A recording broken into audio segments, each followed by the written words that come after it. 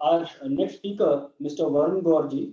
Varun Gorji is the Managing Director, Deep Calorie Energy Consultant, and a sustainability enthusiast and eco-entrepreneur with a lot of passion in energy efficiency domain. He's a chartered engineer and masters in energy management and services.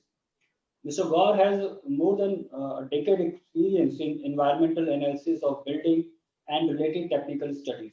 He has various green building and sustainability credentials, including WELL AP, LED AP, BD plus C, IGBC AP, GRIHA CP, and CII certified green co-facilitator. So I would request Mr. Varun Gaur to kindly start his presentation for today's session. Uh, First of all, thank you so much, Mr. Gurdur Singh ji, for this warm introduction and organizing this wonderful and much needed session on energy efficiency. I would also like to thank to Mr. Bhushan ji, and it's really good to understand what and how he just managed to start this organization. And a very good afternoon to everyone. I just want to share my screen first, and I hope that you all and your loved ones are staying safe and healthy. And I just quickly start my presentation.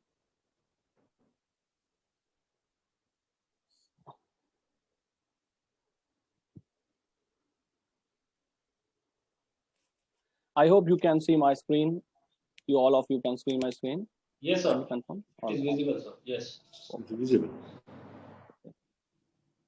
So by the end of this presentation, you will get to know about how the sustainable industries are working and what are the benefits, and majorly the important factor, that is the energy efficiency, how energy efficiency plays its role, and what are the energy efficiency scenarios in India, and what are the techniques to reduce the energy consumption that is very much needed for the organizations to reduce the carbon emission, as we are going with the climate change. So I'm just starting my presentation. So the first slide, it shows that a sustainable industry or a factory or a building is the one which in its design, construction or operation reduce or eliminates the negative impacts. Basically, a sustainable development focused majorly on the how to reduce the global warming, water use, resource use and waste, majorly energy use, and how we can make it better for the community quality of life and individual health and well-being. So major focus are this. So as compared to the conventional buildings, the green factories or sustainable development focus on creating industries that are not only good for the environment, but also support the healthier, happier and more productive lives. So humans have been, as we know that humans have been consuming resources at an alarming pace, and that is certainly not sustainable, as the earth that we inherit cannot regenerate the materials at that rate. So I must say that if we continue the same path, our future generations will not have the access to the resources the way that we have now. So this is very important and global problem that we are facing right now. So now the government is also increasing and taking initiatives to go for the sustainability. Now, as I said that we are shifting towards the sustainability, I just want to let you know some figures that current stock of sustainable or green buildings right now is only 5% of the total construction buildings in India. That shows that the massive market potential of green buildings in India right now, almost 3/4 of the buildings yet to be constructed by 2030. So around 90% of the scope for the sustainable development is still there, which is a huge market potential, and it would be a win-win for the environment and the economy if we are going towards the sustainable development. Having an energy efficient building or energy efficient industry or factory becoming more and more vital as energy emerges as a critical economic issue due to high demand for the energy and unsustainable supplies of energy. So we are shifting towards the sustainability. We are doing the clean transportation. We are now more efficient towards our cleaner energy production, as we are going for the renewable energies. Now we are using the EV vehicles, electric vehicles. Now the greener buildings are coming into the picture. Now people are getting more aware that how we can conclude to the sustainable development. Now the major targets for the green industries are, first of all, air quality, because we are focusing not only the economy and for the environment, but also for the well-being benefits and human health. So improved air quality, that goes with the ventilation and energy reduction. That is the major part, to 20 to 30%, and more than that for the net zero and water reduction, and major CO2 emissions, that we are reducing the CO2 emissions, waste reduction, and recycled materials. So now we are shifting towards the sustainability. So there are number of several parameters that we need to understand and address. So the Earth has already warmed by about 1 degree Celsius.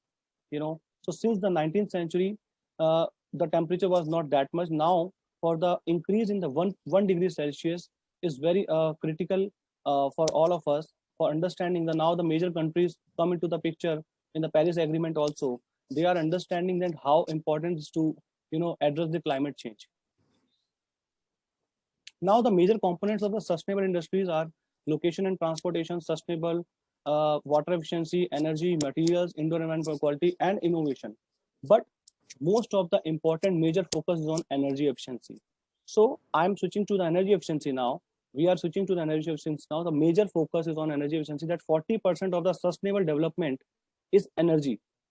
So now, as far as the energy efficiency scenario is in India, so India is the world's third largest producer and third largest consumer of electricity. That is very strange and very now we are continuously working towards the renewable energy. Out of the percentage of we are using the fossil fuels, we are going for the renewable energy now. We are using more and more energy in terms of not only solar but windmills, biogas plant, and there are number of solar energies are there. And more than 42% of the country's total energy consumption is from industries. And India also ranks the highest in terms of growth rate of energy consumption in the world. And as far as the future, if we talk about the future, the energy demand will increase by 11% global energy demand by 2040. Right now it is 6%, and now it is still increasing. So energy consumption demand will definitely increase. The major reason for this is because we are expected to grow fastest among global economies and account for 11%.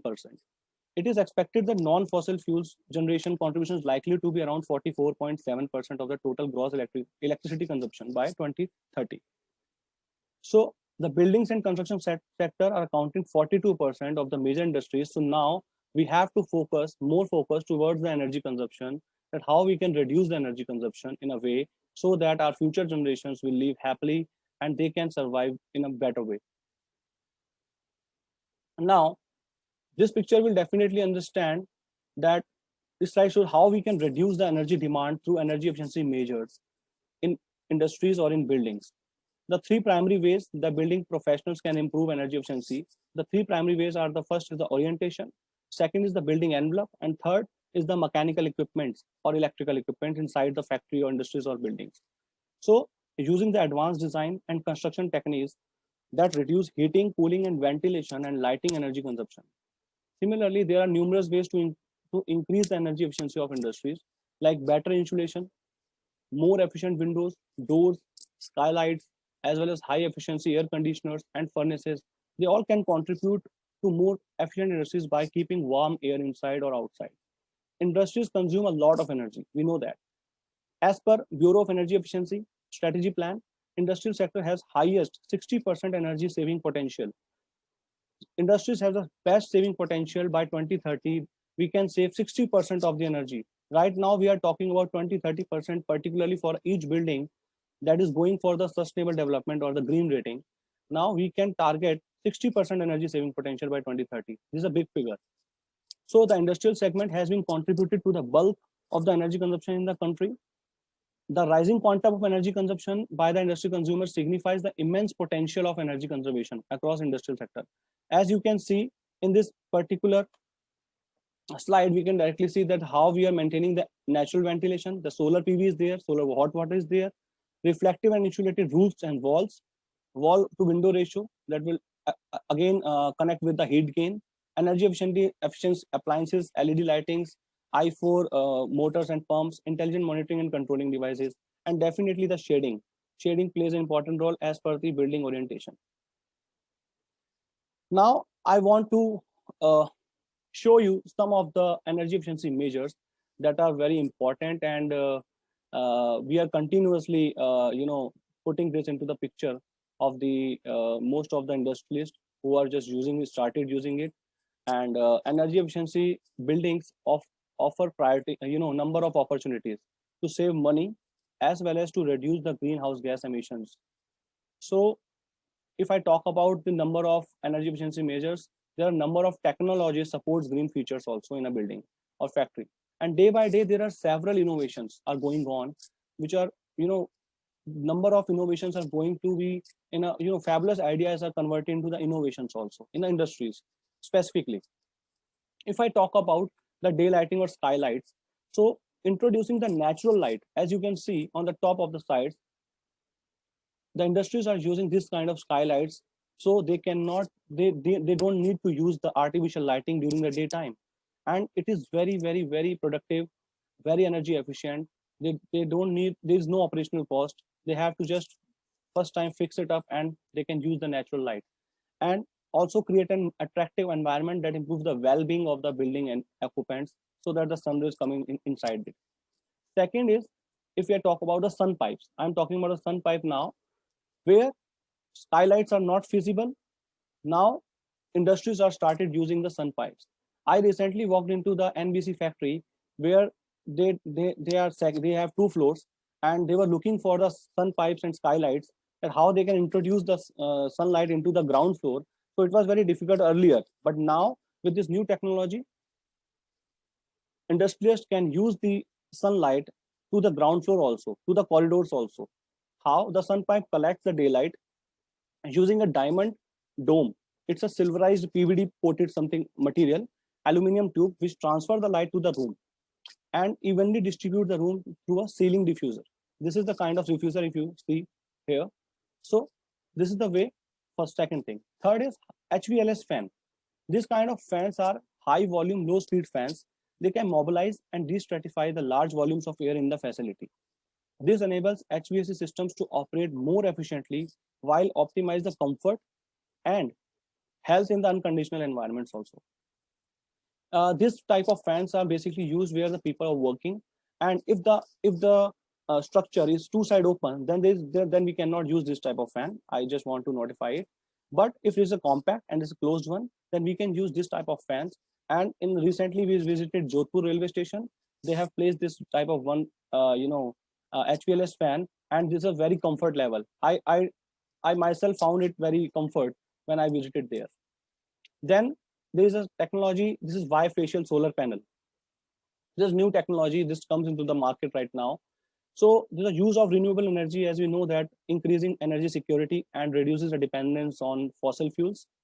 Solar power has been increasingly exploited as a sustainable construction technology. So by using this type of bifacial solar panel, we can produce electricity from both the sides of the bifacial module. The bifacial modules, we can generate 30% more electricity on the rear side of the panel also. That is the claim by the companies right now. Now LED lights, this is a very common feature that everyone is using right now. So replacing the all incandescent light bulbs to the energy efficient fluorescent lamps, and now with the LEDs light, it is 25 times more longer and use about 60 to 80% less energy as per the last we were using the fluorescent lamps. Now EC motors, this is a very important feature because in the industries there's a big task of ventilation system. So to maintain the ventilation, there are number of high power exhaust fans were there. There are number of fresh air fans are available there. To maintain the energy efficiency, EC motors are now, it is an electronically commutated motor. So it is a brushless direct current motor. So it saves more energy than 50% energy, and it is also low noise. There's less noise is there, and the noise is around 35 dB, and we can utilize this type of motor to reduce the energy by 50% approx. And the pay, although it is costly, I must add here, but the payback is 4 to 5 years. Most of the big industries and hotels like ITC More and other hotels are now started using this EC motors for AHU also. And the next one is turbo ventilators. Now this is a no operating cost. As we walk around the several industrial area, we had seen and we noticed this kind of turbo ventilators all around the top of the roof. So it runs on wind energy, It is assured 24/7 ventilation. It replaces hot air and humidity, stale and air smoke, with fresh ambient air, and it improves the human comfort level and productivity. This is a very good feature, and it's a no operating cost turbo ventilators are there. This is the PEP sheets that we for the heating, heat gain for the roof. The PEP roof. This is the pre-engineered building roofs with fiberglass wool as underdeck insulation can be used to reduce the heat gain and to make a comfortable workplace environment. There are some other measures also like energy efficient pumps and motors, that is I4 motors and pumps, I4 class. And we can also introduce the power factor improvement. We could also do the demand control ventilations. So these are the number of features that we can add on industries. Now, this slide shows the energy simulation. Energy simulation is while you are constructing a new industry, while you are going to design a new industry, we can use a tool or software where we can do an analytical process that helps the building owners and designers to evaluate the energy performance of a building and make it more energy efficient by making it necessary modification in the design before the building is constructed. So we have some standards, like number of standards are there, ASHRAE standards are there, ECBCs are there. So we use the number of standards. We design the building, as you can see on the right side. We design the model, the similar building, and we started benchmarking with the baseline model. And started with the baseline model, we try to improve the energy efficiency. That what is the proposed energy efficient features that we can introduce into the building or industry. Then let us identify and implement advanced energy result, which will aid us to save resources and operative costs. So this simulation programs takes into account the building geometry and orientation, the building material being used in the roof, in the wall, and building facade design, and characteristic climate parameters, indoor environmental conditions. We introduce in this model, we have to introduce the climate condition, what kind of climate where we are just constructing that industry. And HVAC and lighting systems are there. We introduce, as you can see here in this particular, on the left side, the chilled water coil is there, electric coil. We introduce each and everything. We input every parameter over there. And after that, the energy model will calculate the energy savings related to the associated cost of the proposed energy efficiency measures. Like for example, there are number of energy efficiency measures. So we have to put this type of measures into this proposed model, and we will get to know what is the number of percentage of savings that we are getting. So this is the energy and efficiency model. And now this, I just want to also, as we are talking about the industries, so this is very important for the future. And already there are 8 categories are already there, which are the energy intensive, factories or industries. They are doing the PAT audit. The BEE is a PE program, Bureau of Energy Efficiency, under the National Mission for Enhanced Energy Efficiency, NMEEE, which introduced this program. In this mechanism, an individual target will be set to the industries by the government to reduce their specific energy consumption. As I said, the government is now more and more proactive. They are putting the penalties. They are putting the penalties to the industries. They are encouraging them to do the energy efficient things into their industries. The industries can achieve this target by implementing best practices in their industries and change the old technology to the latest one by using energy efficiency equipments and by any other suitable innovative method.